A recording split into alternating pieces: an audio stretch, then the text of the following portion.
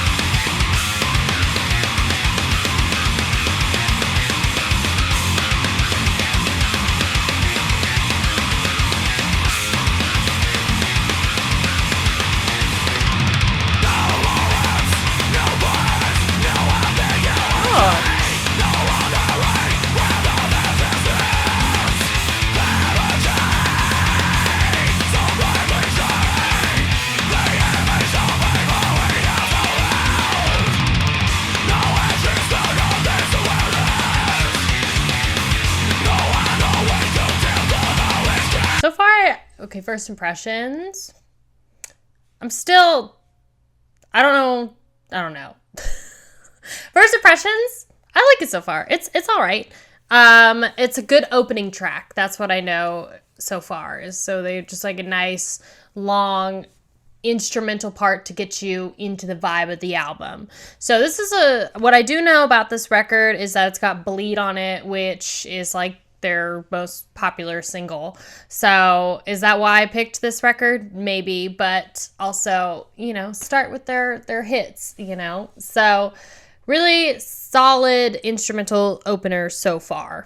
I don't mind his voice either. I think that's cool. I've heard this band is really technical. And I still don't know what gent is. I kind of looked it up. Gent, subgenre of progressive metal characterized by its use of offbeat and complex rhythm patterns. Definitely getting a little bit of that. So anyway, let's continue.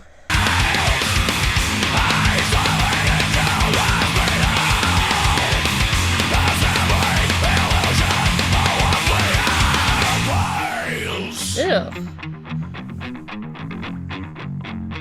I like this part.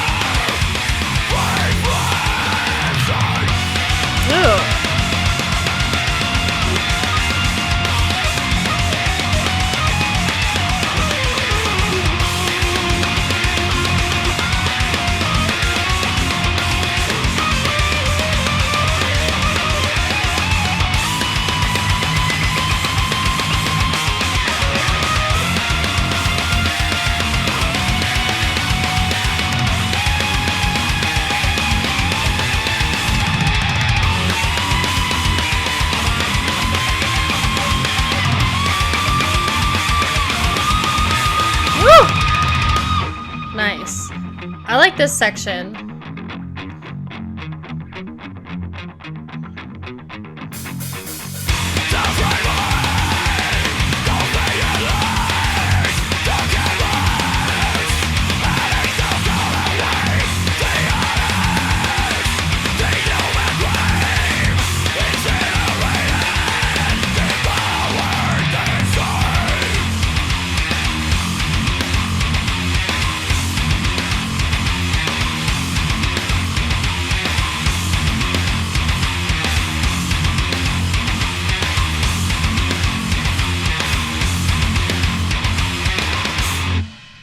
Dang, girl. All right. I mean, solid, strong opener for sure. I think that definitely they changed the tempo. It was the tempo, but it was just like the groove changed a little bit at the very end. I really liked the riff, the main like guitar riff. It's very slappy, very punchy. Kind of does like this whole like little wave dip sounding thing. I don't know what you would call that. Bear with me, okay? The solo was actually really good. I love that he was like climbing the frets in the end and going like really, really high, and it was like almost to the point where it was like ooh, unsettling, but in a good way. The one complaint I have, actually I have two. Sorry. The first complaint is the guitar solo is buried in this mix. Okay, I don't know if it's like my headphones or whatever. I feel like it's buried in between like the drums. They're so forward here and the bass is so forward just under it. Like I'm getting the drums massively here and the guitar solo was kind of filling out this area in the headphones, but it was at a much lower volume. So I just wanted that solo, especially with the climbing of the oh God, the notes. I wanted it a little bit more. The other thing is I didn't feel like there was not a lot of massive changes. If you've been watching my channel for a while, you know I like good solos. I connect a lot with like riffs. If there's an acoustic guitar, I'm done. Especially if there's like a choir and orchestra. So I hang on to melodies really easily, and that's really all I need to like connect to a song. So I thought the solo was good. I feel like the track overall is kind of a meh for me right now, okay, because there wasn't too much else that really grabbed me. But let's see, why doesn't Meshuggah do more songs like this? Rip. Who knows? This was the first Meshuggah song I ever heard. Such a good intro track. I will agree with that. I will agree with that for sure. It's a great intro track to an album. It does have a lot of energy. Why does no one talk about the song? It has a lot of energy. It kind of has a classic Doom vibe. Maybe? I don't know. What do you think about that? Who the F dislikes this? Probably a cat that sat on a laptop. Ooh, Bubba. Yeah. I think it's a great, solid opener. I will definitely say that. Let's look at these lyrics. Meshuggah. ObZen. Genius.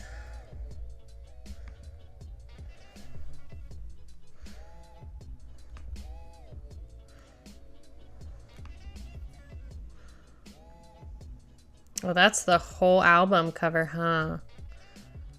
Let's just see what Genius has to offer. I'm gonna get a spam blocker at some point, okay? Just bear with me. Combustion comes from ObZen. Meshuggah's 11th album. Oh, it's their 11th album? I thought it was their 6th. It's a driving hardcore metal piece about the fact that human nature entails at least some evil, and that people at large go to a lot of effort to deny that. Rendered in 8-string guitar, 6-string bass, God knows what kind of drum setup, and harsh metal vocals. Oh, that's cool. A 6-string bass, huh?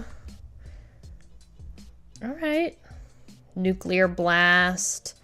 still want to try and get in with Nuclear Blast, okay? If you have a connection to Nuclear Blast, okay, I would like to partner my channel with your channel. Got it? Got it. Great. Love that. This amazing song was written by Thor Dendal. I think the song is about a nuclear bombing, the million degrees in display image of unthinkable heat burning, and the title of the song kind of gives that away. All right. All right. It also says Hake is the main songwriter, which is incorrect. He writes lyrics and has written a few songs, usually with Hagstrom, but Hagstrom and Thordendal, what a name, are the main songwriters. It'd be most accurate to say Hagstrom and Thordendal are all the songwriters. Check out the actual credits and you'll see. There's some sass to that response. Great. I mean, I'm into it. I guess like 6-string bass, 8-string guitar. Girl, that's intense. I forget that they make instruments that are like that. I'm just so used to like, I mean, I play more like Southern rock and like old school rock and roll in my bands that I'm in. So we don't really, when we're not technical enough for that sort of stuff. The most technical thing I have for my band is that my drummer listens to metal and like plays metal music sometimes. But, all right, 6-string bass, huh? Love that. Let's go into the next song, Electric Red.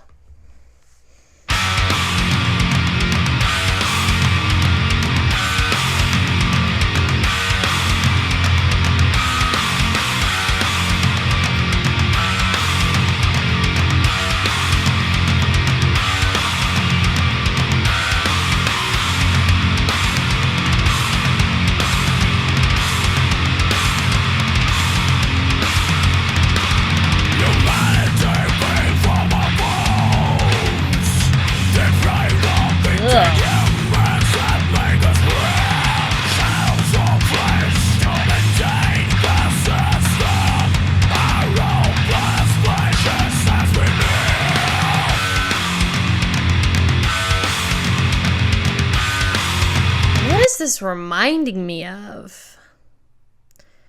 It's so like slidey, the guitar. I don't know what you would call that. I don't know. It's like such a, I just want to call it like wavy, but it's really reminding me of, it's not Electric Wizard. No, because that was more like stonery. We've had stuff like this. This is reminding me of something. I just can't pinpoint exactly what it is. Is it Mastodon? I don't know.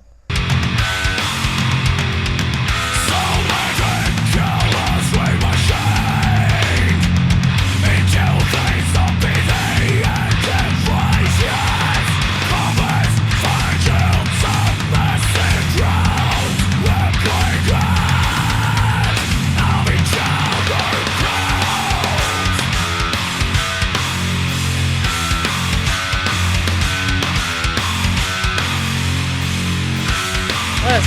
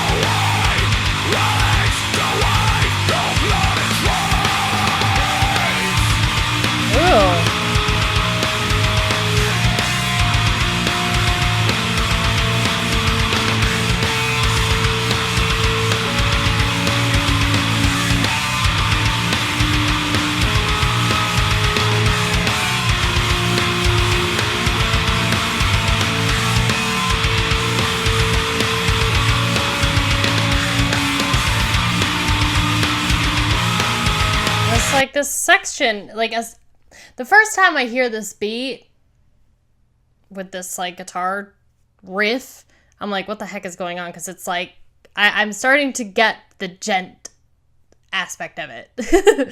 Starting to get it a little bit here. So at first I was like, what is this? I don't understand this. But now I'm starting to get it. And I'm like, oh, okay, I could dance to this. It's in the pocket for sure. And it's very interesting, this section here, because you've got this kind of, it's not a wailing solo thing, but it's very much like it's kind of somber. It's definitely opposite in vibe of what they're doing. This riff is doing. It's like, wow, like these little wails on top of it. So it's very interesting. It's like a solo, but not solo. But you're still keeping this like pocket groove. So interesting. I'm getting Lamb of God a little bit, and I'm getting a little bit of Mastodon in the vocals, a little bit. But they definitely have their own sound. So let's continue.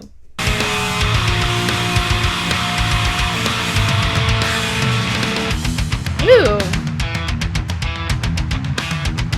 I like this.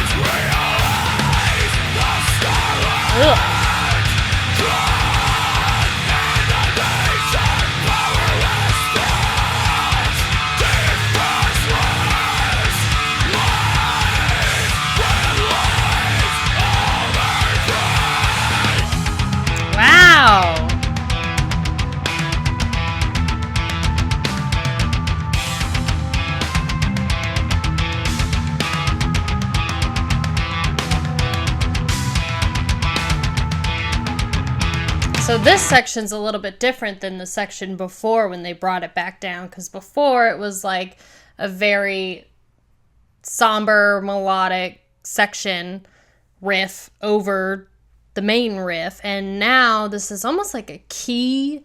It might not be a key, but it's like more jumping around of notes, still keeping that somber melody, but the main riff also for the guitar has changed a little bit.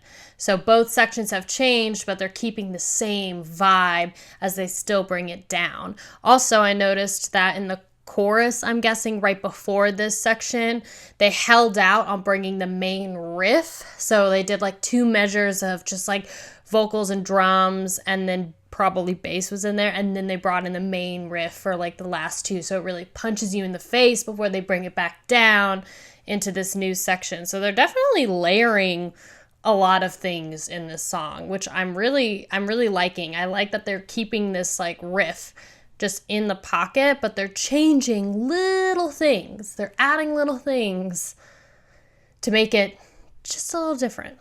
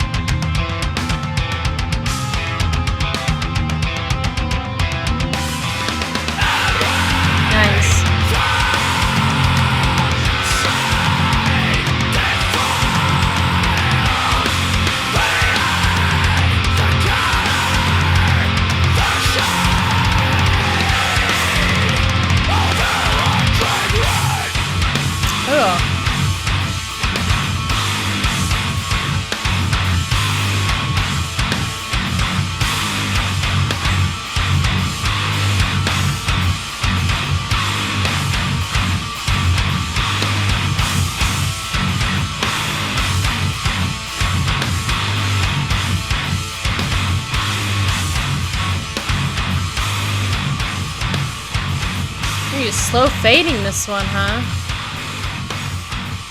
Interesting.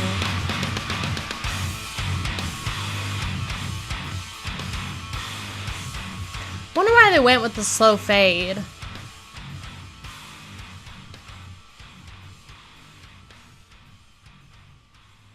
I feel like I almost would have been a little bit more satisfied if they just like dun dun ba down, you know, and maybe you just hear like the cymbal kind of reverberating and then that's how the song ends. For it to fade, the second song, I mean, it doesn't matter. It's not a huge deal, you know. I liked the vibe change. They did it again. They did another vibe change at the very end of Electric Red, just like they did with Combustion. And this like total vibe change at the end here is so much different than... It feels like it's so much different than the rest of the song. It's like heavier, in my opinion. Great lyrics, lovely musicianship, all-time favorite Meshuggah track. Best Meshuggah song. Space Viking metal from the future is the best. The drums are untoppable. Untoppable or unstoppable? What are you talking about? Fence rock? What is that? I'm learning so much. 2008, man. What a year. Humanity peeled from our bones, deprived of integuments that make us real, shadows of flesh to maintain the system. Our own blood splashes as we kneel. It's not reviewed, but this says the system and other people's propagandas are so pushed onto us that there is no individuality in equal thinking.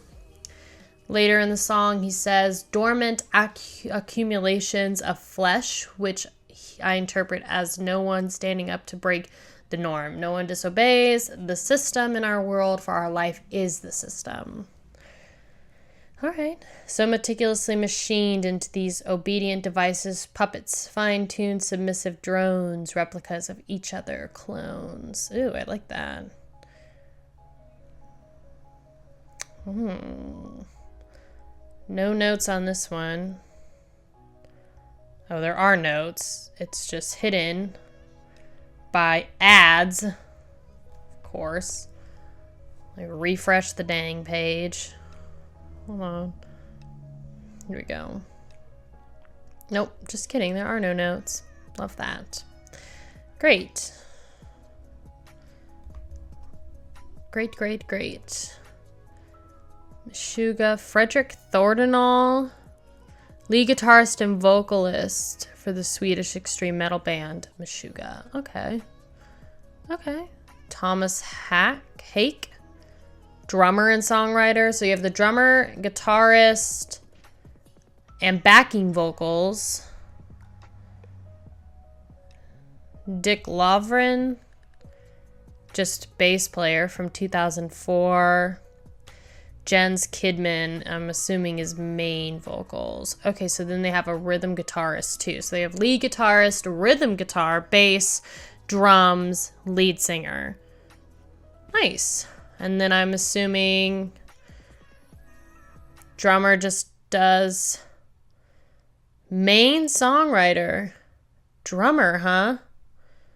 Interesting. You don't see that too often. All right. I mean, I'm liking what I'm hearing. It's definitely a different vibe. I'm starting to understand what it is. So let's get into their third song, Bleed, which is also their most popular song.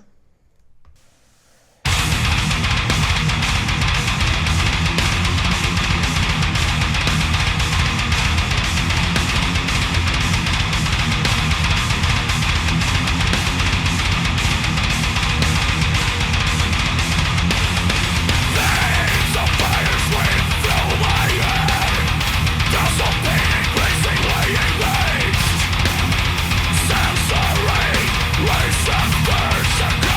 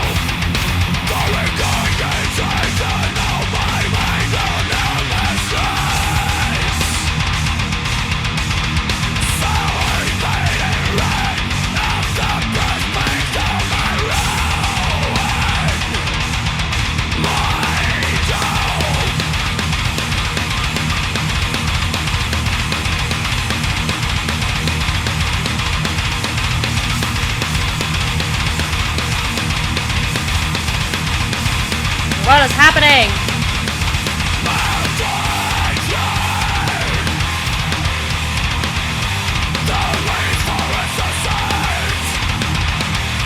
Oh, I don't know how I feel about the song. I like the beginning section, but that one section where they keep repeating like the riff right before the vocals come back in sounds like a record player that's like broken and it's like skipping. Yeah, I'm sorry. I do like this like beginning riff though. It is nice. And what a banger of a track to like get into from the fade of Electric Red. I'm still not satisfied with the fade from Electric Red, okay? I don't feel like they needed to include that as their second song. Maybe if it was like later in the album or something like that. Anyway, I digress. Let's continue.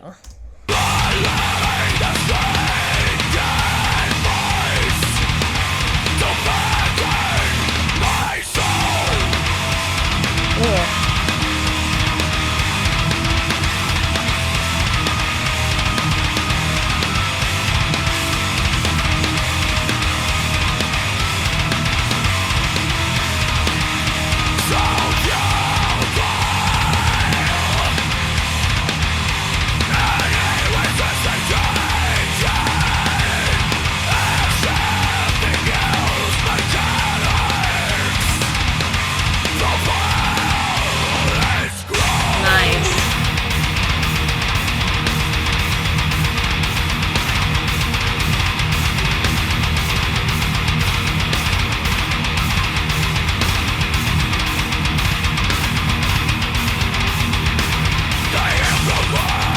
Nice.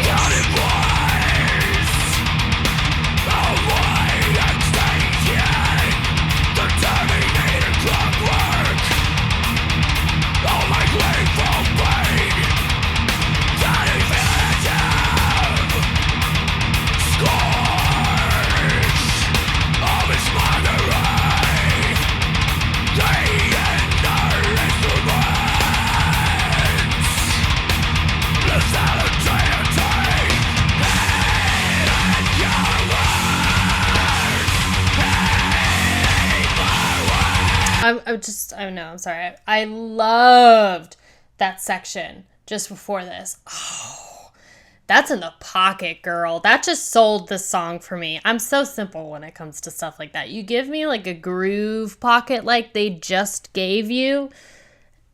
Oh, I'm here. I'm here for it. I like this song now. What I love about it is they give you, it's not monotonous, but it's the same riff at the beginning of the song. And it's like, it's really groovy at the beginning. And then they kind of like play the broken record section. And for me, I'm like, oh, that's irking me. Vocals come back in.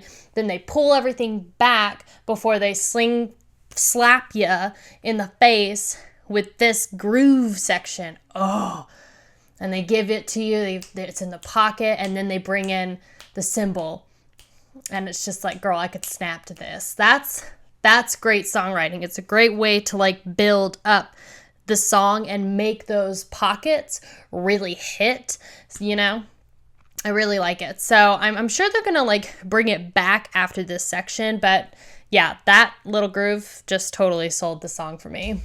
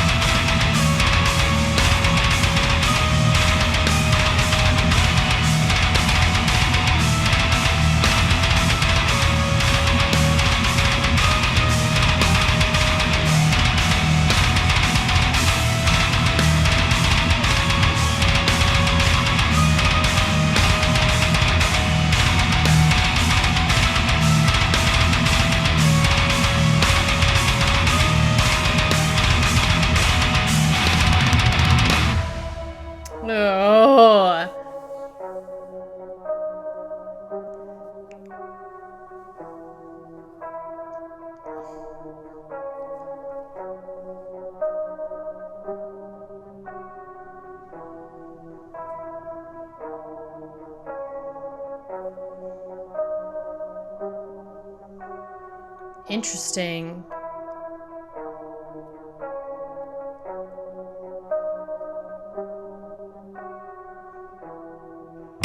God, I knew it was gonna happen.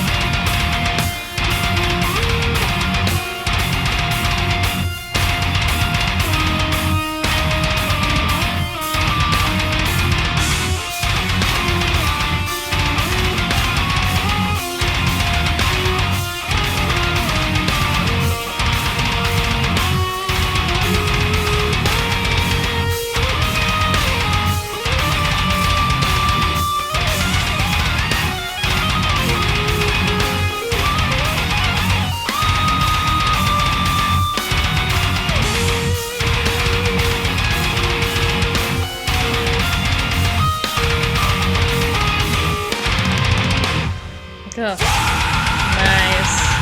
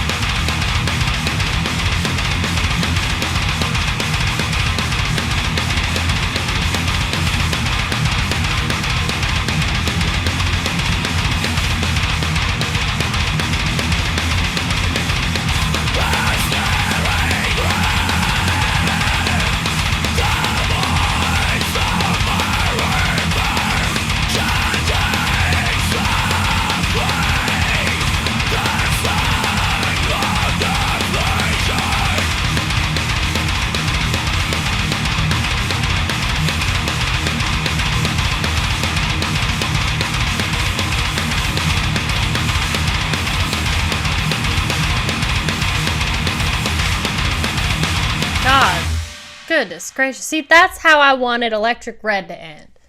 Sorry, I'm mentioning it again. Okay, anyway, we'll lay her to rest. Bleed, you redeemed yourself, okay? I was a little afraid. I ain't gonna lie. I was a little afraid I wasn't gonna like Bleed, but she redeemed herself. I'm starting to get their formula here. They again changed the vibe at the very end of Bleed, and actually it brought a lot of anxiety. It's like they changed it, and it's like, ooh, it just like, ooh, it keeps building up, and then they finally end it, which I liked. But it definitely brought on some anxiety. But I'm starting to get their like whole layout.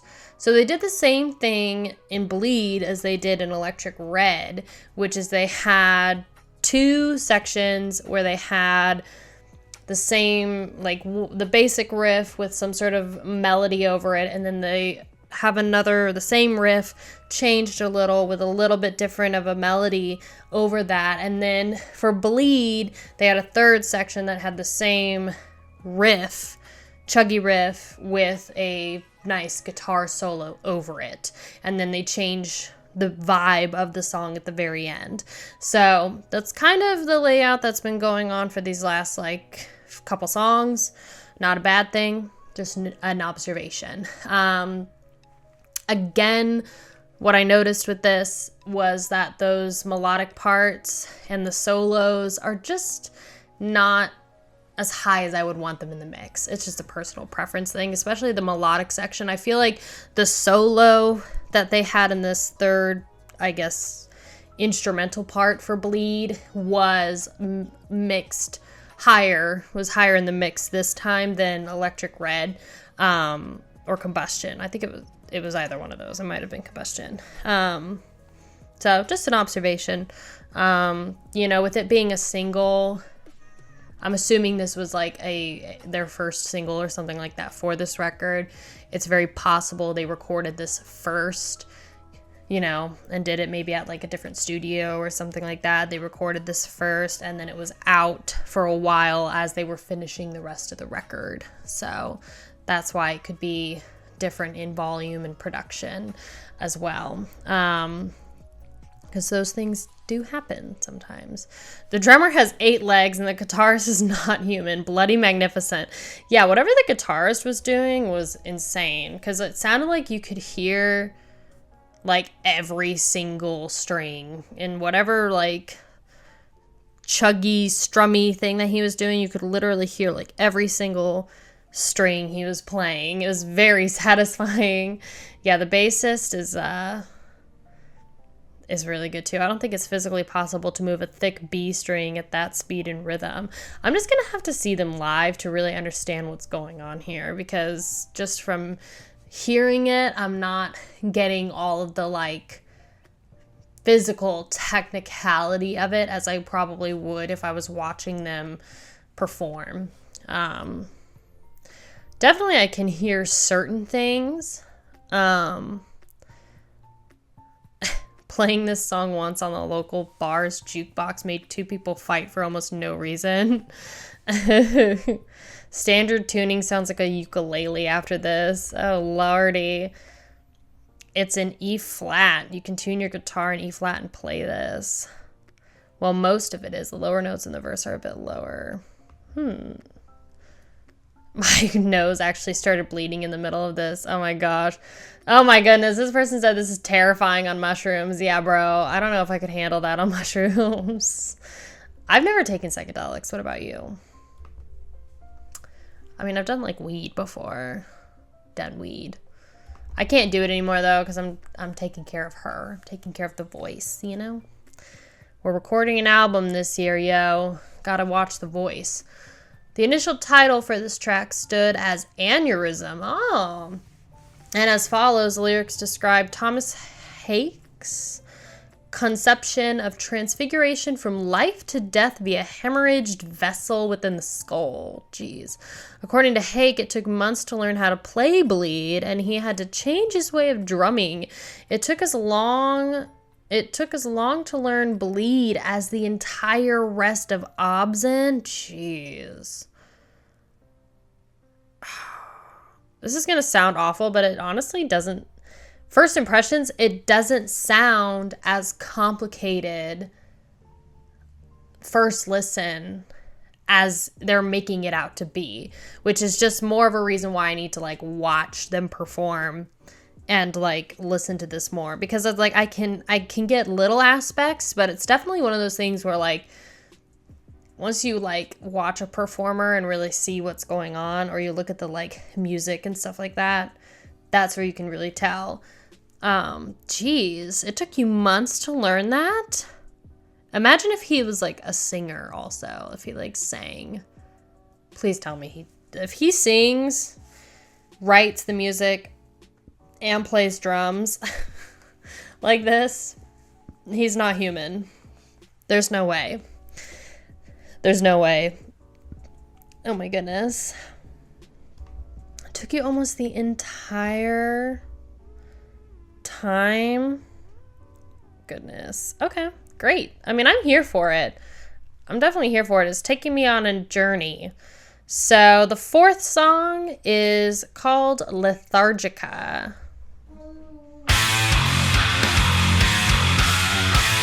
What? Spooner? Relax.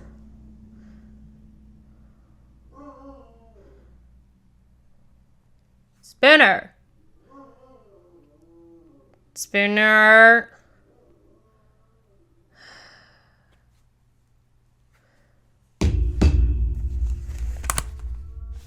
Spooner. Hush. His bang is always so sad.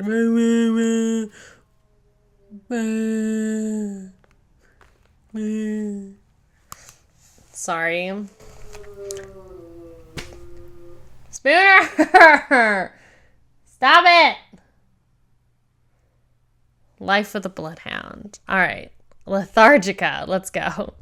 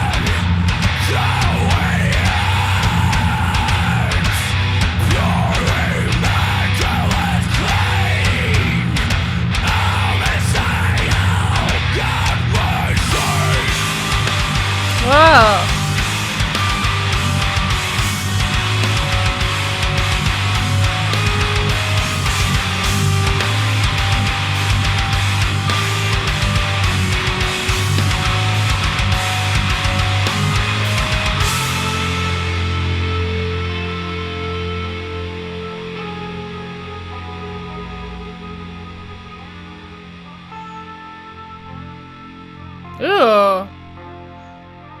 I like this little riff here.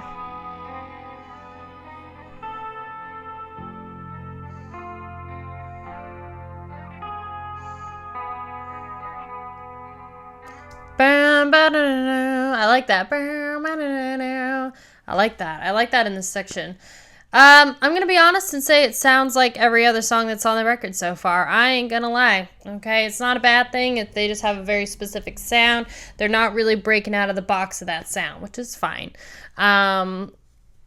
They're doing the same kind of formulaic thing that they were doing before. So they had the little melodic solo over their main riff.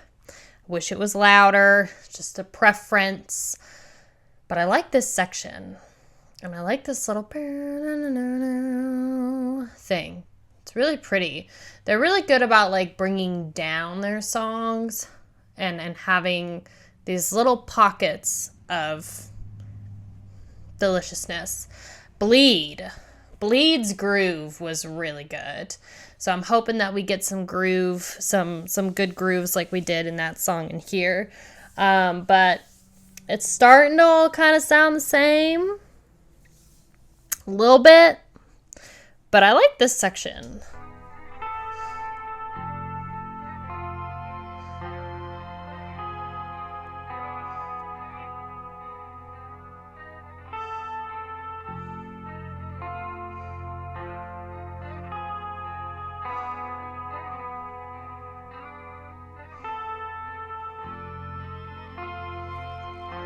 Building it up a little bit.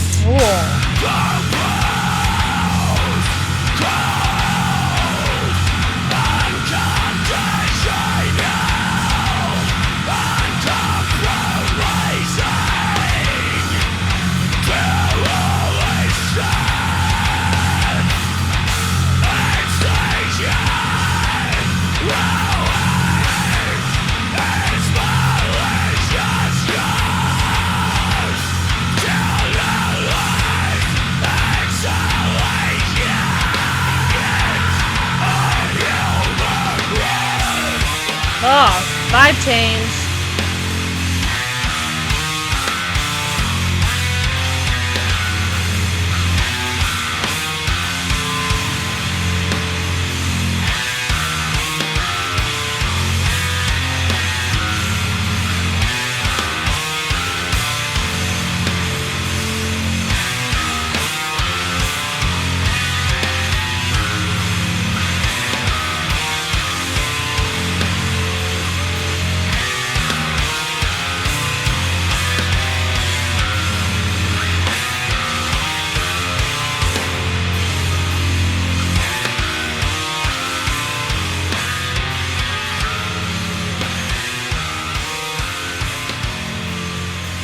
Another fade, huh?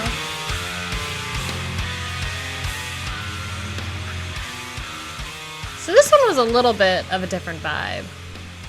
Because they did change the riff at the end, but it wasn't the same sort of formula as Electric Red and Combustion.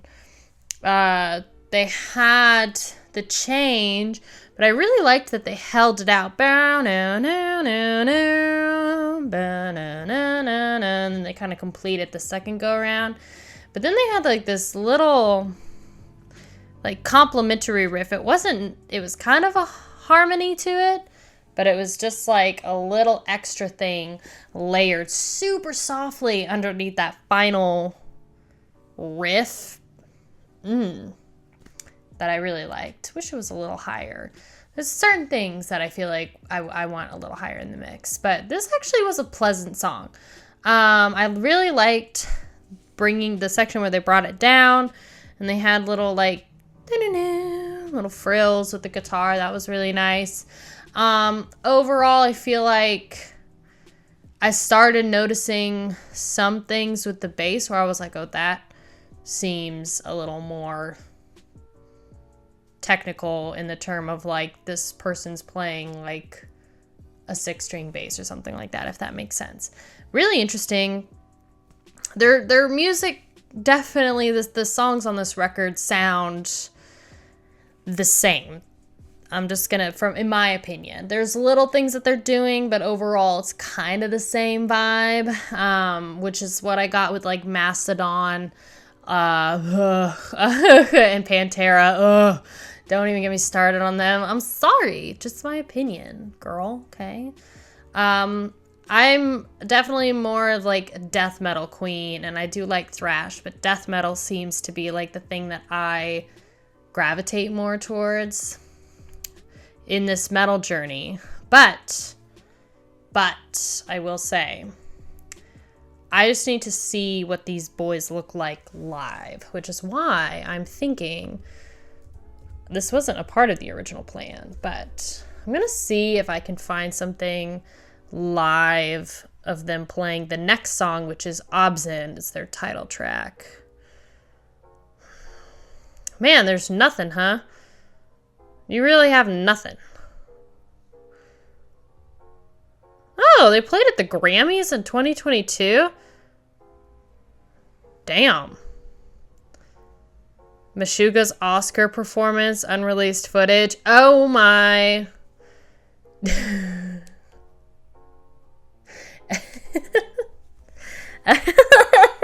Let me know if you want me to watch that. Meshuggah at the Oscars. Unreleased footage. You've got to be kidding me. No, look at Billie Eilish's face. She's like, yeah, the normies will never understand. Billie Eilish likes to seem like she's tough, but that girl ain't tough, okay? No. You kidding me? This is just, I'm just looking for any sort of live footage on here. There's no live footage of ObZen? Live. Let's just, YouTube. Come on, girl. What you got? What you got? Okay, 2015, Meshuggah, Gothenburg. This isn't ObZen, though. Is it? There's not any good performances. I thought they would have one good filmed one. This is like a home video. Dang, girl. All y'all Meshuggah fans, I'm surprised you don't have any good recordings of this. All right. I mean, that's fine. All right. Rip in peace me then. I really want to watch that video now. We might do that. We might just do that for a separate surprise video because, girl, I want to see what those Oscar people's faces are to Meshuggah. Even at the Grammys. Like, if a metal band, like, you know, Meshuggah can perform at the Grammys, that's great. You know, it's just more the merrier. We want more people to, like, experience metal. But I just think it's funny how so many people will never understand metal. So, oh well, that's for a different conversation. Anyway, ObZen. Yeah, really liked Lethargica. I'm just going to keep the train rolling. We'll kind of swing back by. I did want to see what these comments were for this. I've never felt as many emotions than when I listened to Meshuggah. Sad and obscure atmosphere created makes me drop a tear and think of the cruelty of life every time. Every time Jen screams, he screams for me. Best band ever. They slowed this down in their recent live shows for an even heavier drop. Oh, that's cool. Such an abuse of my senses. I love it. Yeah, it's definitely... There's a lot of different pockets where it's like either like anxiety inducing or like a little offsetting in some way. Like it sounds like a broken record, or it's like they're building it up to, I don't know, for shock value, or also just to like kind of keep you on the edge of your seat in a way. So really like it. They also did another fade for this song. It's not a huge deal. I don't mind it. Fades are fine because it leaves the song open for them to just jam out at live performances and do whatever they want to do. But it also leaves songs incomplete on records. So, you know. Let's just get into ObZen. Boo!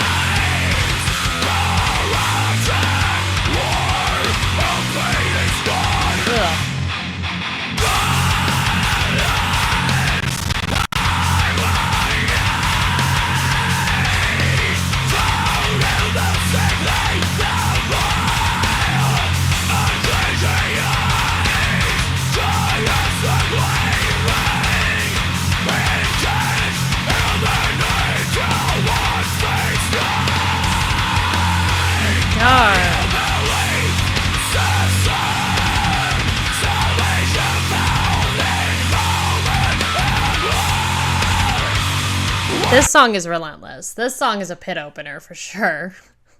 It's just a slap. It just keeps slapping you in the face, and it's relentless. Definitely a good headbanger. I like this one.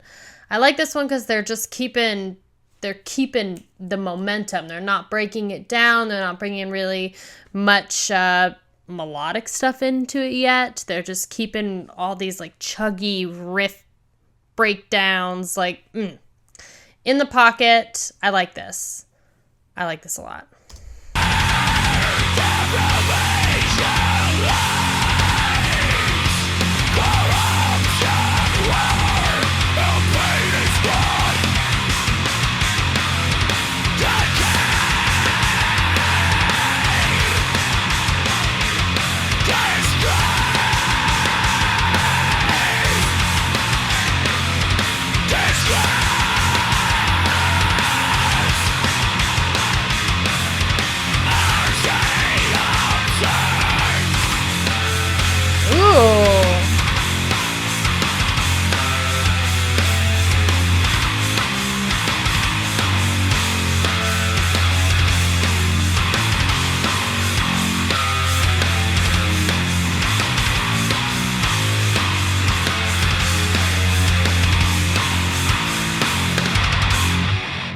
Nice.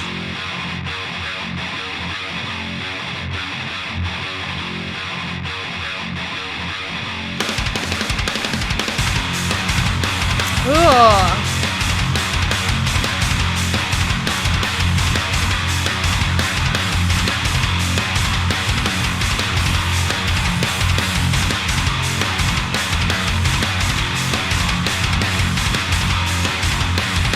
See, this is a section where it's like right before the drums came in and they just had the riff. I was thinking of a certain drum beat that was a little bit more, I guess, generic and like more of like an easier pocket to get into. But of course, they're Meshuggah. So the drummer follows pretty much to like a T, like every beat of this like guitar riff, it seems like. And it's so edge of your seat, like I'm sitting on a bed of nails. That's how it is. And it's like now you have like the cymbal and it's like it's just a little off, but it's not off, but it's like there, but it's not there, and you're like, okay, where am I? That's what I'm noticing instrumentally about this band. I guess that's the gent aspect of it, which is cool. Let's continue.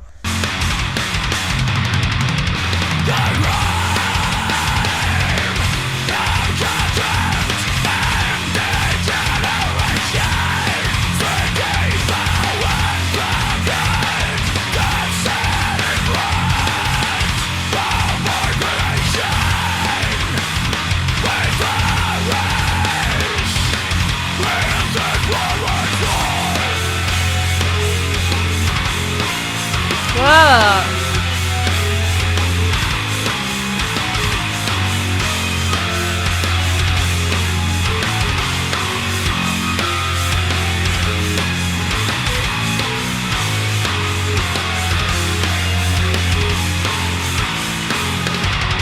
That final riff, I do like the brown, no, whatever thing. It reminds me of Death a little bit, and I really liked the addition of this kind of like weird keyboard layering piece on top of it at the end, because it like works, but it doesn't work, and it's kind of a harmony, but it's not really a harmony, and it's like it's just a different sound. It's interesting. Definitely this song, this like whole record is very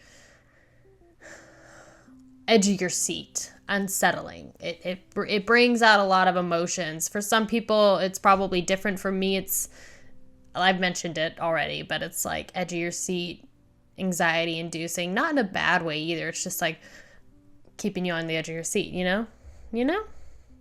Like a really good thriller. Most underrated song of all time. Cheers to those of us that know that. Agreed. One of the heaviest riffs ever conceived. Definitely really heavy riff. So what's making it so... I noticed this in a couple songs previously, but you've got to be sharding me. Somebody did a Meshuggah versus Bee Gees Stayin' Bleedin' mashup. Oh, we might have to do that too. What are all these? We got so much Meshuggah content already. Girl, you did a song mashup. That's the next metal mashup. Bee Gees with Meshuggah. Oh lordy. Ha ha ha ha. Stand alive. Sorry. I can just barely tell the bass from the guitar. I'd really like to play his bass. Yeah, I can tell that his bass is like really deep. That's really dumb statement, but it's tuned really low. 6 strings, huh? So what is that? So like what, if you know, let me know, like what's the tune? So what? So what, how does that work? If somebody has a 6-string bass, then what are each of the strings? Because normally a bass is 4. If it's 6, then what are the other 2 strings? Note-wise, like if are they an A, B, G, D, what are they? I don't know. I just play acoustic guitar. Don't come at me, okay? Okay, great. I really liked this song. What did we listen to? ObZen and Lethargica. A state of perfection immersed in filth, equilibrium obtained, pure in devotion to all things unwell, the sweet zen of our ill condition sustained. Ooh, what is this about? We've become conditioned to accept the state that we live in, basically at peace with the events around us. We've become numb to violence. It soothes us. A combination of obscenity and peace. It sounds like this whole album is really about just the world being corrupt, and we're just like kind of so used to the world around us being in civilization and the things that go along with it, that we're numb and turn a blind eye to violence, excessive pornography, whatever else might be bad for society. Digging too deep? I don't know. If you've been watching me for a while, you know, I dig into these things. I like to read about these things. What was this? Basically become a sort of sick religion to embrace the mind-numbing violence and pain. We find comfort in what we have. It seems that all we have is pain and suffering. Humanity basically worships violence. I mean, I think I would say humanity also worships sex too. You see it everywhere. ObZen means that mankind has found its zen in the obscure and obscene. Interesting. Thomas Hake. Check out this article for more info on the album. Available on MySpace, blabbermouth.net. Bro, we'll get more into like the stuff on the record, because I am going to look it up on Wiki, kind of just get some more background on it. I just want to see any notes on Lethargica, and we'll just keep going. Bust through these songs. Lethargica speaks about natural selection and its impeccable way to act with dark and relentless description. It has got more creative as the years have gone by, to the point of leading to human beings indifferent, lethargic towards its victims and their suffering. It slowly but surely takes them and does not stop for anything. The instrumentals fit the theme. The song is known for its breakdown, which when played live is in much slower tempo in order to increase the perceived heaviness, to express the burden of our certain future in the void. Wow. That's cool. Yeah, I definitely could see that. I mean, I could see them being really fun live. I first heard of Meshuggah from my old bass player who, Meshuggah actually played at the Orange Peel. Which if you've seen my August Burns Red concert vlog, August Burns Red performed at the Orange Peel, and that was the first time I had been there. So my old bass player had seen Meshuggah and a few other people, some really big bands that y'all would know, at the Orange Peel, and it was like this huge 4 person metal show or something like that. So I was intrigued about Meshuggah from back then. So I think Ministry was a part of the set list too. It was kind of like an interesting set list vibe. I'm still kicking myself about not getting tickets to see Ghost here in Asheville with Spiritbox and Mastodon. Even though I'm not a fan of Mastodon, I still would have loved to have gone and seen that, because to have those three big bands come to Asheville is like, they always skip over Asheville. I'm surprised Cannibal Corpse even came to Asheville. They always go to like Charlotte or Atlanta, Georgia. They don't come to Asheville or they go to Raleigh. So, you know, we're gonna hit more of these live shows. Y'all just be patient. Next song, This Spiteful Snake.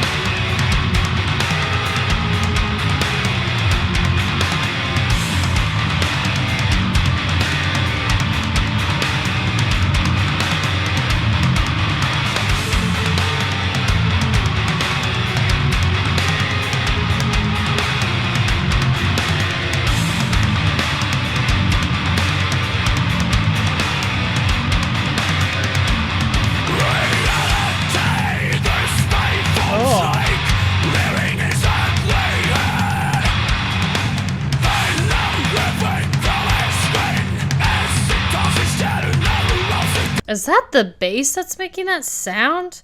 Boom, boom. Really, really low frequency back there. Is that the bass? Girl, if that is, what is that note? I loved how the vibe changed, the drums changed and everything once the vocals hit to like kind of match. Again, unsettling vibes. And this bass note. It's kind of like a whirring of like, I don't know, it's creepy. It's void sounding.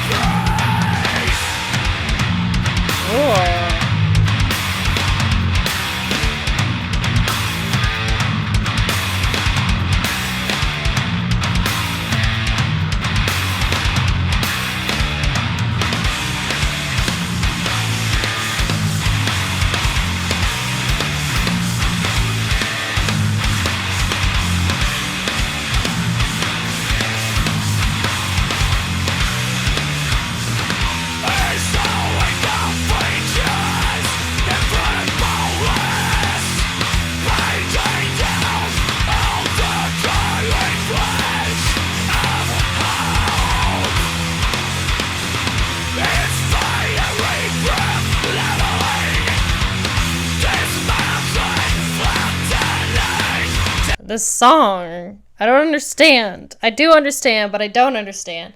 This is like gent, right? Super gent. This is one of those, I'm assuming we're done with like most of the singles and stuff like that. And this is like one of the deep cuts of the record. So now we're into the funky stuff. This is where they're really showing their like genty gent, you know? Yeah, it's unsettling. I'm trying to like figure out what's happening. There's a lot. It's moving around. The drums like don't really fit, but I know they fit. But to me, I'm like, I'm trying to keep track. So it's a little unsettling, but it's confusing. Okay, I get it. I'm understanding it, because like I know that Meshuggah's like was the first like band to create the genre gent, if I'm understanding that correctly. So it's really interesting to be here and to listen to this. And this is the first track of this record where I'm really hearing like that. You know, this is where there's not really much like formulaic stuff. It doesn't seem like this song would really be something that the label would want to push for the radio, you know, which deep cut again. So I digress. I'm here. I'm holding on.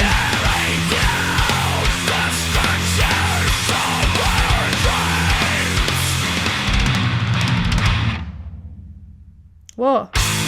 Nice.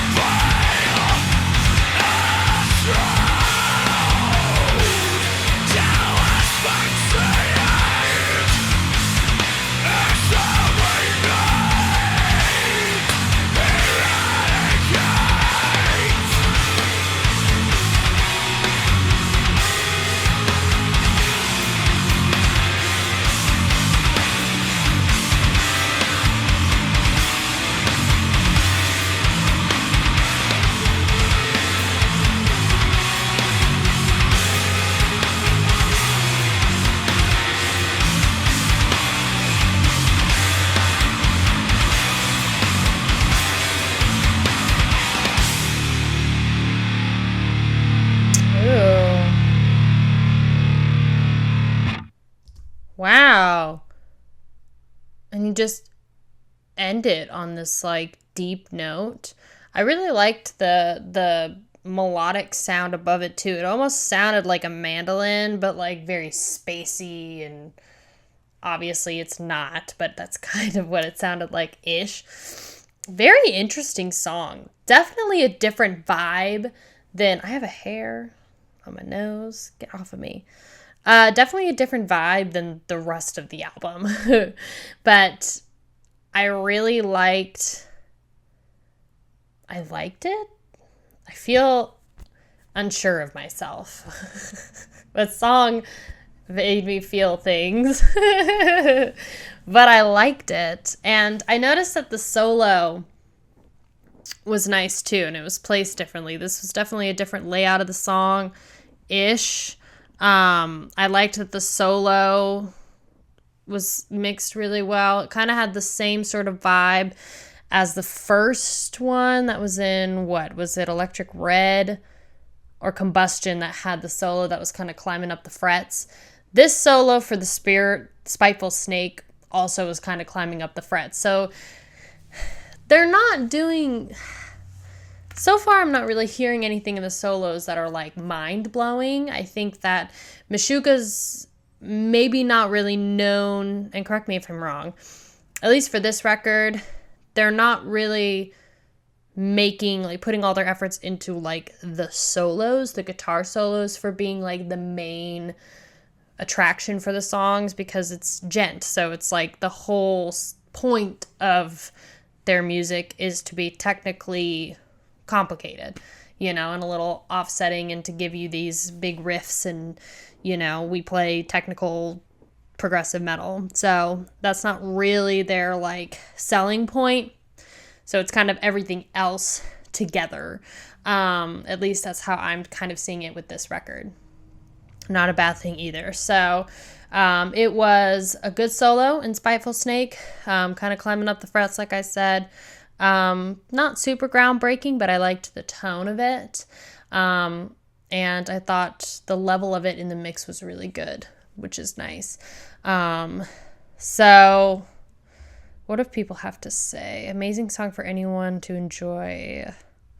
Not a lot of people. 92,000 views on this, and you got 2 comments. One from 7 years ago and one from 3 weeks ago. All right. So let's just continue. We still have 3 songs, one of them being 9 minutes long, the last track. So we're just going to jump right into Pineal, Gland, Optics.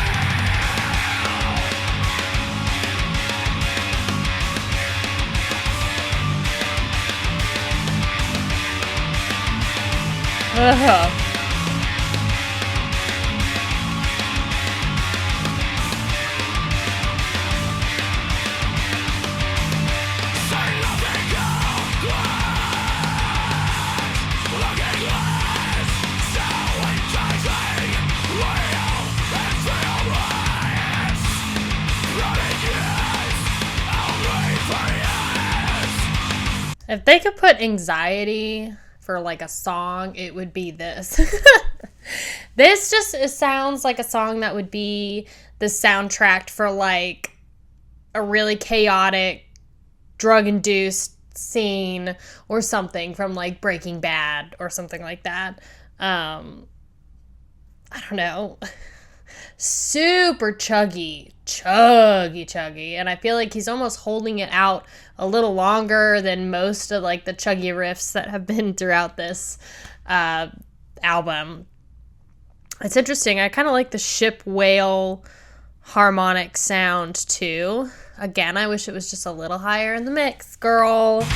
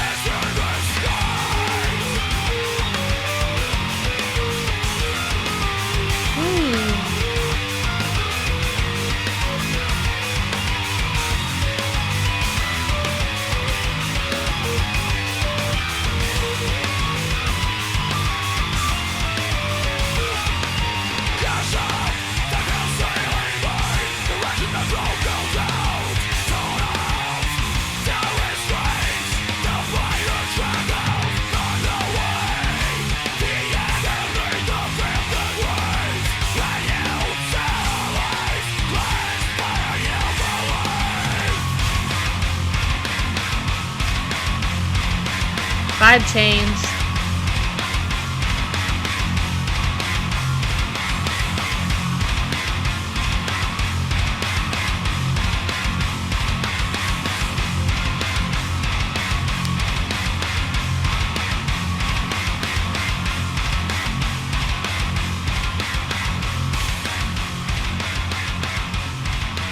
Another fade, huh?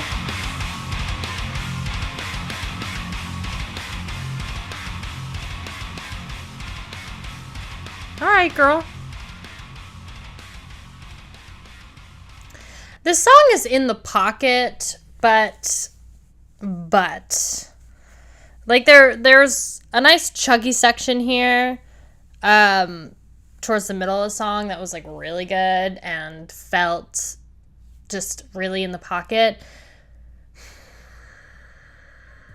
But it sounds the same. It's formulaic, girl. And if you know, you might not agree with it, but they did the same thing. Melodic sound that's very just general. And then they had guitar solo, which was a little more simple. And then they had second guitar solo, which they climbed the octave. And then the end of this song, they changed the rhythm, a little bit the vibe, and then they faded out. That's the third song on this album that's had change in vibe at the end and then a fade out. And this seems to be their way. The only song that really didn't have that sort of formulaic one was Bleed, kind of. And this Spiteful Snake. This Spiteful Snake is like the diamond in the rough for this whole album so far. Otherwise, right now, it's all kind of blending in and sounding the same. The tracks that are sticking out for me, again, the Spiteful Snake and Bleed. The solos are just not hitting with me. But again, this could be because, like, it's gent and Meshuggah's just, like, not... The solos aren't the selling point, you know? I mean, when you think about, even though it's not the same genre of metal, but death, the solos are a huge selling point for their music. And then Meshuggah, maybe it's something else. Like, maybe it's just, like, the overall rhythm and the use of, like, 6-string basses, 8-string guitars, and, like, the deep tuning and, like, the, you know, different tempo changes and stuff like that. Like, that is Meshuggah. So it's the selling point is not the solos, it's all this technical stuff that we're doing, which I can see. So, not great solo. Meh. But, you know, best metal band ever to exist. For now, somebody's thinking. Bought a Metal Hammer magazine on a school field trip instead of buying lunch in Boston, and it had a gent CD sample on it. I remember jamming it on the bus back to school, and I was like, how the F does this work? Took me maybe 4 to 5 listens before I figured out how the time signatures worked out. Yeah, definitely the time signatures are kind of wild. I think, again, gent is, you know... Meshuggah, historically for metal, is a huge band, obviously. So I think it's just going to take more listens for me to understand Meshuggah. Because keep in mind, this is the first time I've ever listened to them. So, wonkiest riff ever. Call the cops, my brain just got raped. Girl, can't be saying those words on YouTube, okay? Okay. What is this? Pineal, Gland, Optics. Sounds like a procedure I don't want done. Or a fancy way of saying seeing with your third eye. Oh, it sounds like something with the butt. It does. I'm just keeping it real. Pineal, Gland. Maybe that's just me. I don't know. Seeing with your third eye, huh? Artificial the catalyst, organic, its progeny, voracious, spectral offspring, so sweet in its hunger, unbound, this new vision, optical regenesis, threatening, so complete in beautiful deformity. All right, let's keep going. We're just gonna keep rolling. We got 2 more songs. 8th track, Pravus.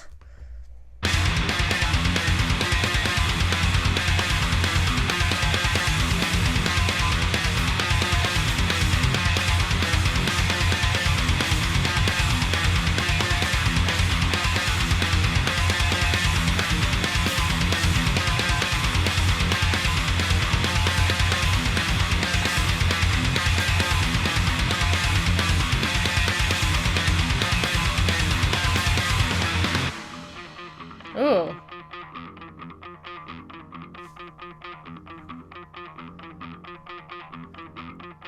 Where's that panned?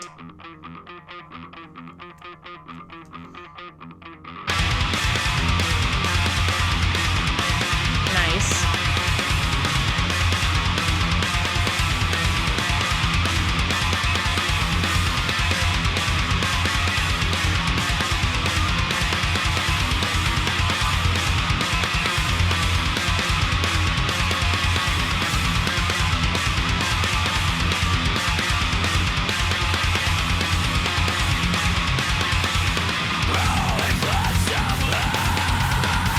Interesting.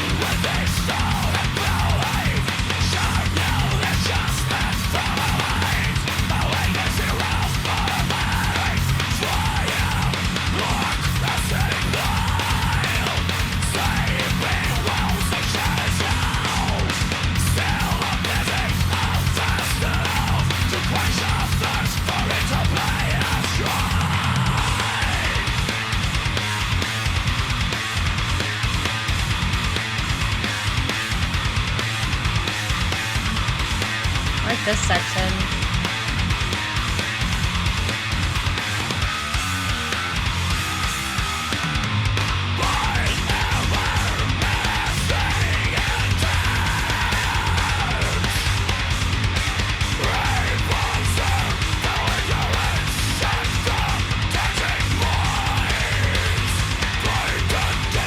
I don't understand what's going on with the song.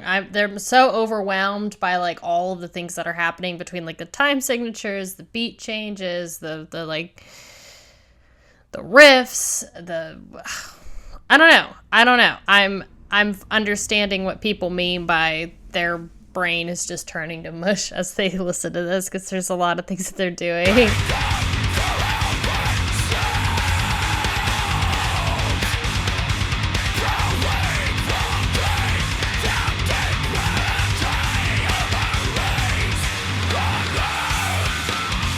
I like this part.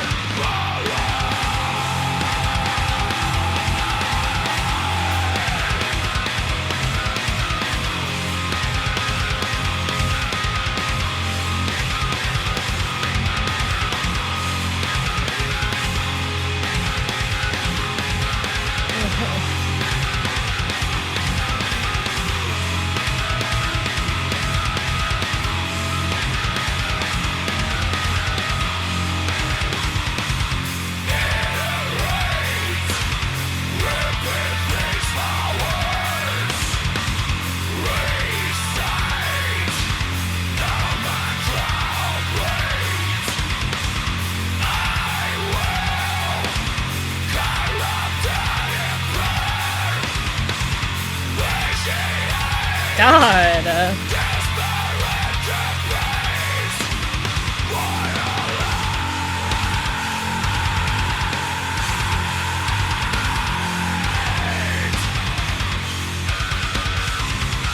This is just, oh, God, Jesus Christ.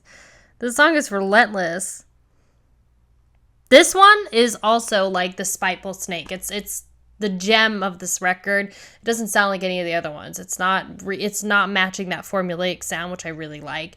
It's relentless. And I feel like that is where I really like Meshuggah, is when they're just throwing punches, and this song's not giving your brain any time to breathe. And I also realized something. They had a little melodic part, and where I usually think it's buried in sound, I think it's intentionally just cushioned in there. They cushioned it nicely between the drums and the bass, which drums and the bass are still super forward right here. Drums, bass, very thin right here. You know, I got some cymbals panned here, but they cushioned this little melodic part right kind of center here. And it was just low enough to where you could kind of hear it, but it was buried. And I think they intentionally do it to make it more disorienting and offsetting for the listener. And so it's really like you're focusing, like your brain wants to focus on this chuggy riff that's just like punching down, holding the fort, you know? But then you're also like, your other side of your brain is like, yeah, this like melody, but the melody, so you're just, you don't know what to do. You're overwhelmed. Anyway, I think this song is a pretty strong one. I think they thrive again when they're not in that formulaic pocket that they've been in the other songs on this record.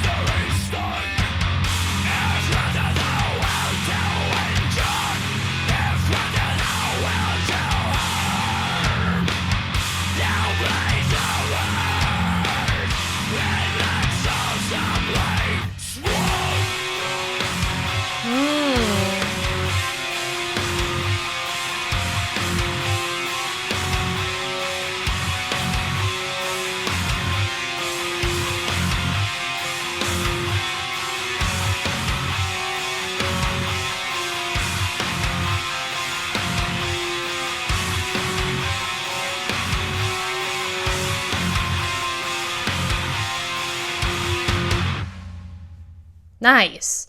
That's the way to freaking end a song, Meshuggah. That's a strong way to end a song. Stop fading your freaking songs. Unless it's a real jam. Then I feel like the fades are usually really good. But that's a strong way to end this song. Pravus. That's a good song. That, I think, is my favorite. This Spiteful Snake and Pravus, I think, are the gems of this record. They're saving me from this. They're saving me. I'm really excited to listen to this last one. Straight up don't care who disagrees. Don't care how many of them there are. Meshuggah is undeniably the heaviest, grooviest, beastliest metal band on the planet. Meshuggah invented the genre of heavier than heavy. I definitely think that they definitely invented something. Brutal. Every Meshuggah sound like this. Yeah, this is a heavy hitter for sure. Listening to Meshuggah for the first time is like losing your virginity to music. Solid analogy. I mean, yeah. I'm kind of getting... Again, I mentioned Lamb of God. I'm kind of getting Gojira a little bit. Still getting some Mastodon, just because those are more like modern day bands. I don't know how long Meshuggah's been in the business for. Maybe a while. Let's check. Meshuggah. I think they've been in the business for a long time.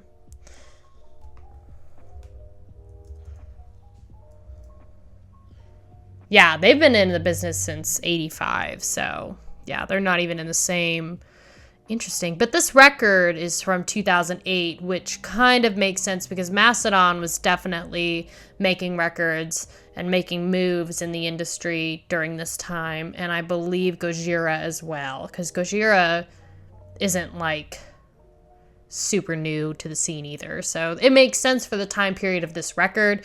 But Meshuggah's definitely been in the business for a lot longer than both of those bands. So interesting. Gent, death metal, progressive metal, regular metal.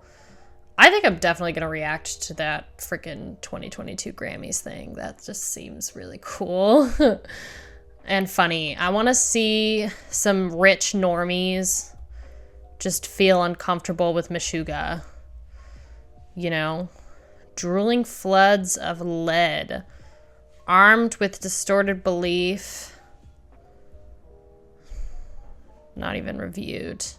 What is this?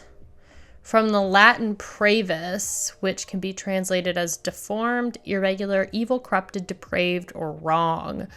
The song may be about the existence of evil through history, wars, religions, or instead it may represent the way we justify our evil by referring to history.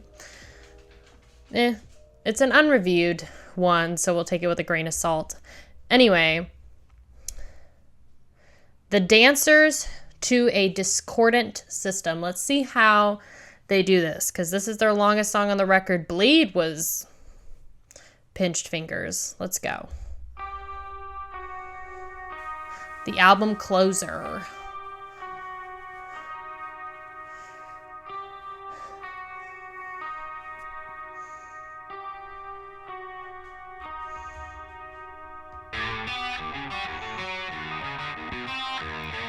Ooh.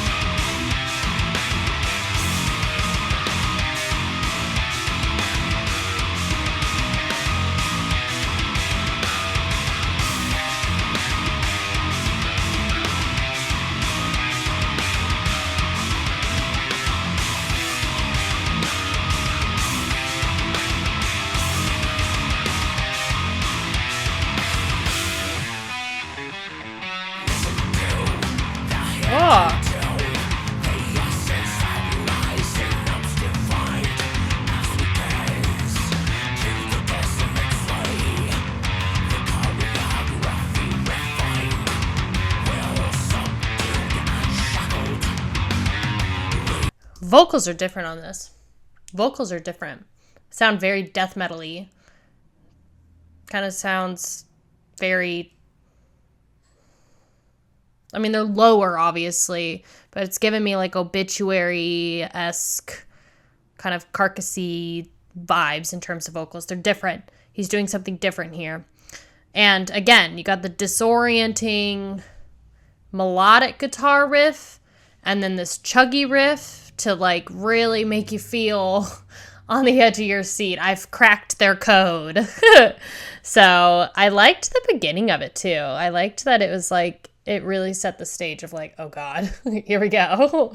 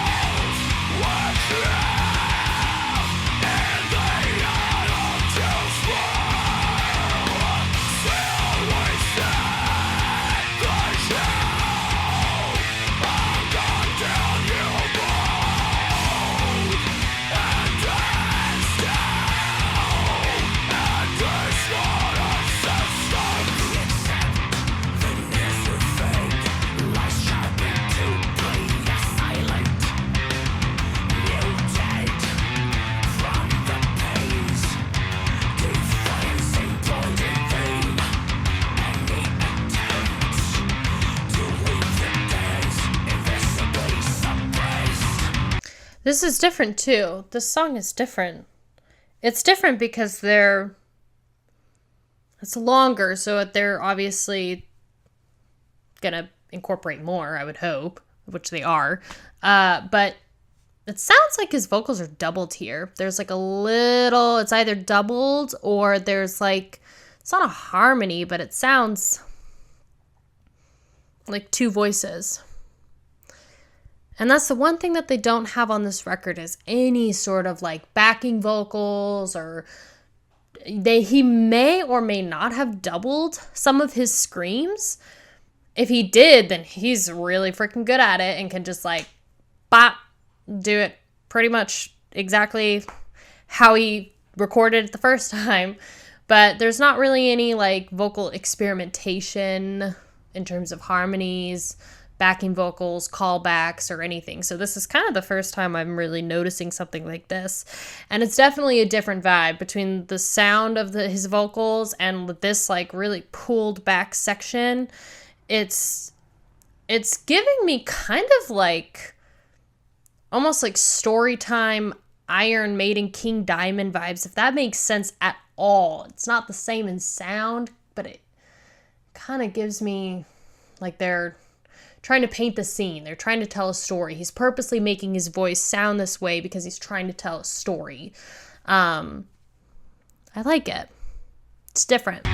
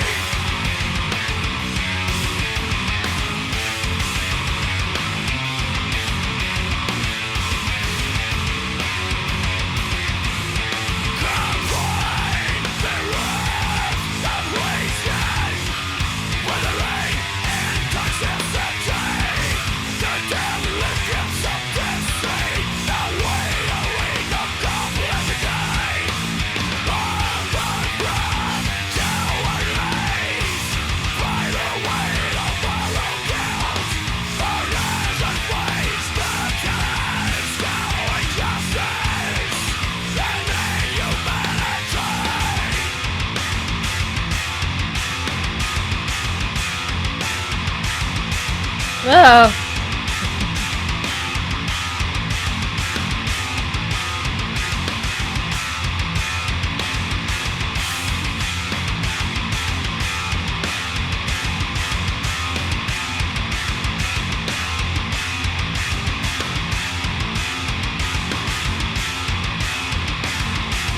Got the broken record section now. I almost wish that they would like do some sort of harmony. It's not really their vibe though, but I feel like I want there to be like a higher harmony that builds up the section of this riff. Something like that. Not in that tone, but you know. And then carries us out of this section. It's just such a long, repetitive, broken record section, which it's like kind of bothers me. Doesn't make me like it, but also I'm like, I see the point of it. So it's like both I like it because it's unsettling, but I also don't like it because it's annoying. I'm sorry, but I get it. This is actually a really strong song for this record, so let's continue.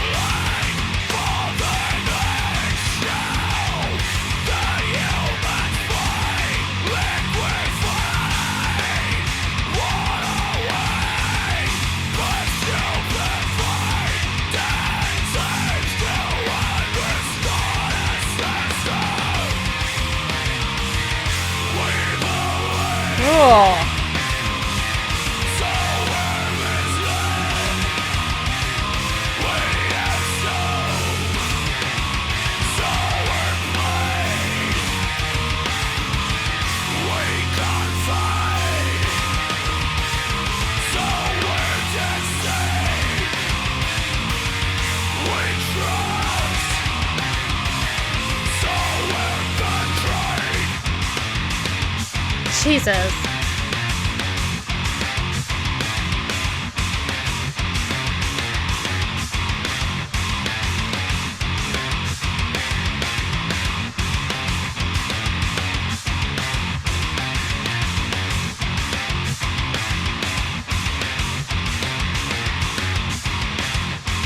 It's like every time I like figure out the beat and I'm like, oh yeah, this is the pocket, like this is the groove pocket, and then they change it, and then I'm like, wait, where are we? What's the tempo? Where are we? And then they change it again once I figure it out. They did the same thing. They kept the harmony, or this like little melodic part. It's so low. And it's like, I get it. Like it's just like it's very like I can notice it. So it adds to the like what they're trying to do here, the disorienting factor of the music. But I just want it to be a little louder because I feel like more people would hear it, honestly. I feel like more people would notice the higher harmony, just like this melodic sound. And I feel like if it was higher, because it's so like reverbed out and so spacey, it would just like really, if it was just a little higher, it would make it even more disorienting. It's a great song. This song is definitely very strong, and it's just a heavy hitter. They're throwing all of the punches and changing everything around, which I really, really like. So, I was going to say something else and then I forgot. So let's continue.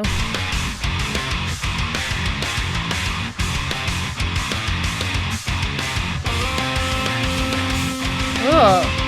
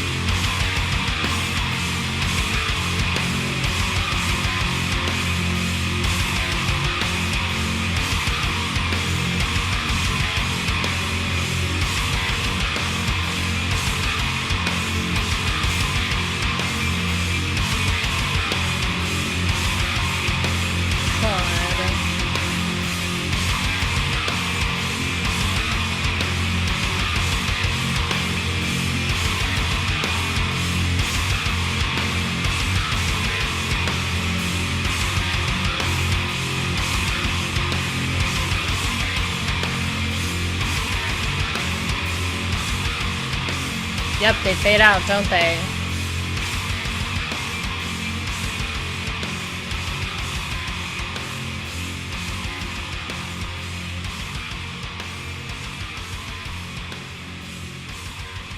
Knew you were gonna fade that last song.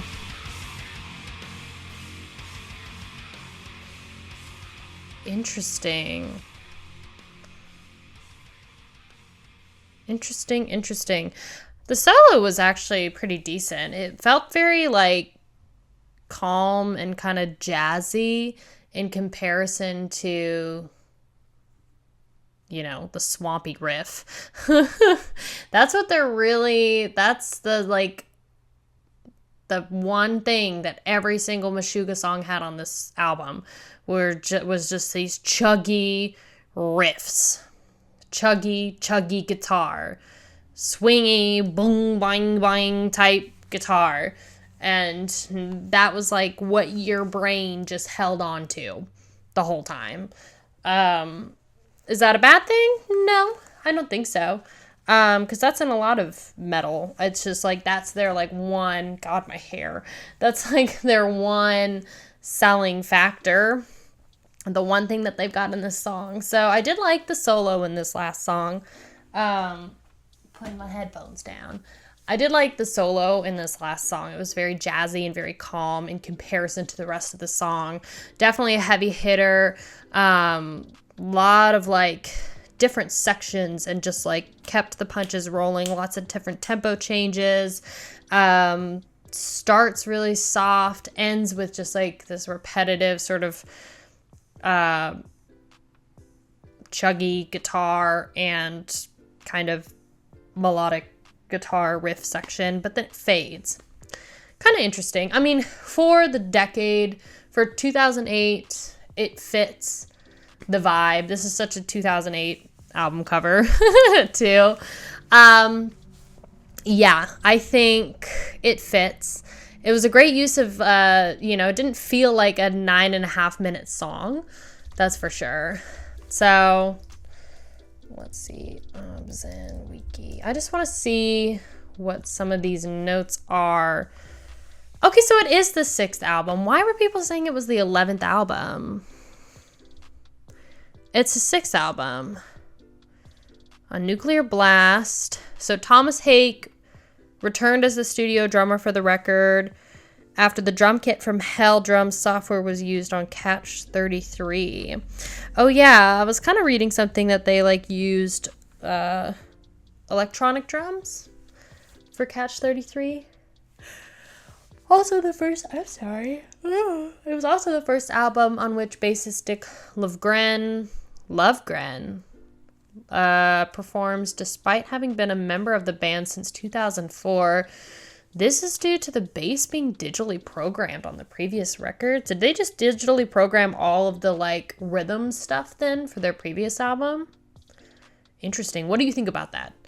I personally am of the opinion where like I prefer real instrumentation, live instruments. So anytime I ever do a record, I always want, drums, like a real violin or a real choir. Like I had a real choir for my previous record. I always want to make sure that I keep real instruments. That's just my thing. Unless your vibe is like straight pop or like electronic music, there's certain areas where I feel like it's fine and it works to kind of do a mix of both. But I don't know. What do you think? What are your thoughts on that? The release of the album was followed by their first world tour. That's cool. Video was filmed for a shorter version of Bleed. So, in an interview with Revolver, drummer Thomas Hake stated that ObZen would be a collective return to the band's past work, signaling a shift in direction away from their previous effort, Catch 33. We've got some fast, intense songs and hectic, heavy stuff that draws from all the songs we've done in the past. The album was originally planned for release in November of 2007, prior to the European tour featuring Meshuggah and the Dillinger Escape Plan. But the recording process for ObZen took longer than expected and led the band to drop out of the tour. Boof. That's rough. Oops, sorry. That's rough. Later explaining on their official website that the album promotional aspect of the touring no longer applied and that they would rather focus their priorities on getting the record finished. Sometimes it just has to be like that. Because it's better to just like spend your time finishing your record and getting new songs out to your fans than it is to just like, go on tour. But the problem is that most musicians these days make all of their money going on tour. You know, they make all their money through merch sales and ticket sales sometimes. They don't make a lot. They don't make any money when they're actually recording, especially if you're signed to a record label. Like, your record label is fronting all of the costs for that most of the time. So it is a tricky decision. In an interview, Haight commented further on the time taken to the record, saying, "This time around, we took almost 6 months to do all the recording and the sampling. We definitely took our time." 6 months? Is that a long time to make a record? Is it? I feel like most people take like 2 years. Although I guess for like basic pop records, they take like 3 months. So I don't know, 6 months doesn't seem like that long for how complicated their stuff is. Who knows? Maybe that is a long time. He elaborated on the concept of the album in another interview, saying, "If you haven't figured it out yet, ObZen means that mankind has found its zen in the obscure and obscene." Oh, I see. Haig also mentions his favorite track on this album is Dancers to a Disordinate System, the 9-minute one. Meshuggah performed the song live for the first time in Bristol, England, and it was performed as the closing song for every show on the tour since then. I was just going to say, it sounds like the perfect closing song for their live shows. Album art for ObZen was outsourced with a vision cross-media artist. Cool.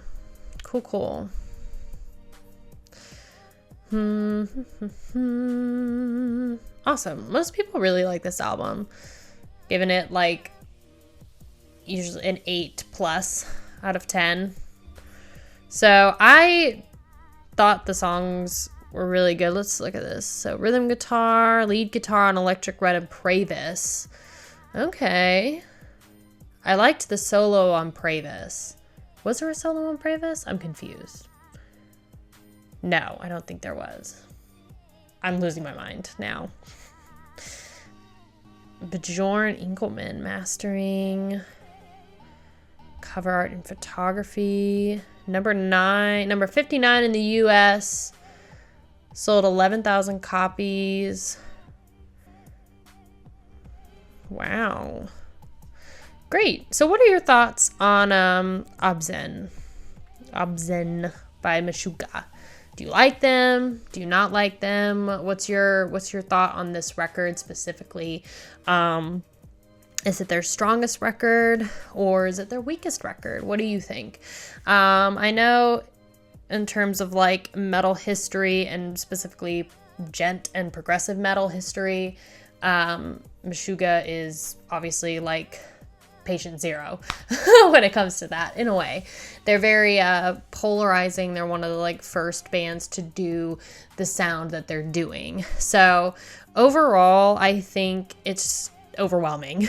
I think it's an overwhelming sound. I think that it's progressive metal is something I haven't really gotten too much into on my channel, and gent is like definitely something I haven't had on the channel, so I think I just need more time with it, honestly. But there were aspects of it that I liked. I think I've mentioned it already, but they have a formula for this record specifically. And that could be something that some people like, that could be something that some people don't like about this record, but it seems like they have this formula of like 2 to 3 sections of melodic melody on top of the chuggy riff, and then it changes for the second time, and then normally it'll change for the third time, and then they change the whole rhythm section the last like 30 seconds of the song, and if they don't fade it out, then they just hard stop it. That seems to be the case for a lot of these.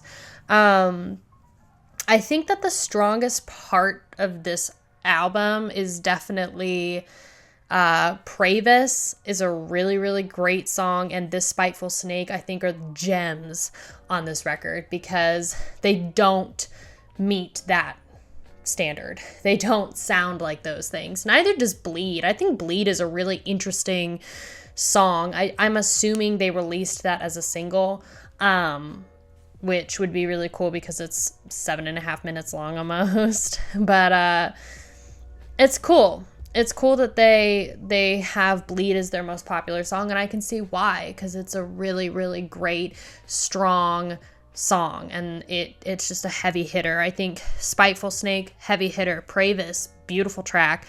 I think Lethargica has some really great parts to it. Electric Red too. I just feel like the fades. I don't know why they bother me so much in this album, but they bother me. They bother me, and I feel like fading your second song on the record is I understand it for, I think they faded Pineal, Gland Optics, or ObZen. I understand fading Dancers, but to fade Electric Red, it would be, and I feel like it would be better to just hard stop it or have it go into, you like hold out a note and then have it go into Bleed or something like that. Like there's other creative things that they could have done rather than just fade it. It's not a huge deal. I think it's just a pet peeve. For some reason it's bothering me. But I think that is, those are kind of my strongest songs. Spiteful Snake, Pravus, and Bleed. And I think, that chuggy guitar is just their signature sound for them. I think overall, every song kind of sounds the same, so it's a little monotonous and kind of boring, but there's like things that they do that also keep you on your toes. So while it sounds the same, it like makes me feel like I'm on the edge of my seat, like my brain is turning to mush, especially with like Dancers. Like there's obviously technical things that they're doing throughout all of these songs that are just, they're going over my head, but I'm kind of noticing some of them. So again, I'd like to see this band, like live footage of them. And if they played in town, I would absolutely go and see them because I'm always down to experience these things. There were a lot of songs. I feel like it was either Pineal or Pravus that I was like, ooh, this would be like loose mosh pit dancing. Like, I don't have a spine, I'm just a sponge, and I'm just here to mosh and just run into things. Like, that is a lot of the songs that they have on this, is just like loose moshing, as I like to call it. So anyway, I'm gonna leave you now. I hope you enjoyed today's reaction of Meshuggah's full album, ObZen. It was really exciting to finally be able to hear them and experience this band. It's been a wild ride. So let me know your thoughts down below on what you think of Meshuggah, ObZen, their whole discography, Gent in general. Let me know your thoughts. If you haven't subscribed to the channel, I encourage you to do so. I post weekly videos. You can join my Discord, The Mosh Pit. There's an invite link in the description, as well as my P.O. Box. If you want to send something to be featured in a metal unboxing video, y'all have been sending me so many packages. I have like bags and bags and boxes of stuff. So the next metal unboxing is going to be really fun. So stay tuned for more. Thank you so much for watching, and I'll see you soon. Bye, guys.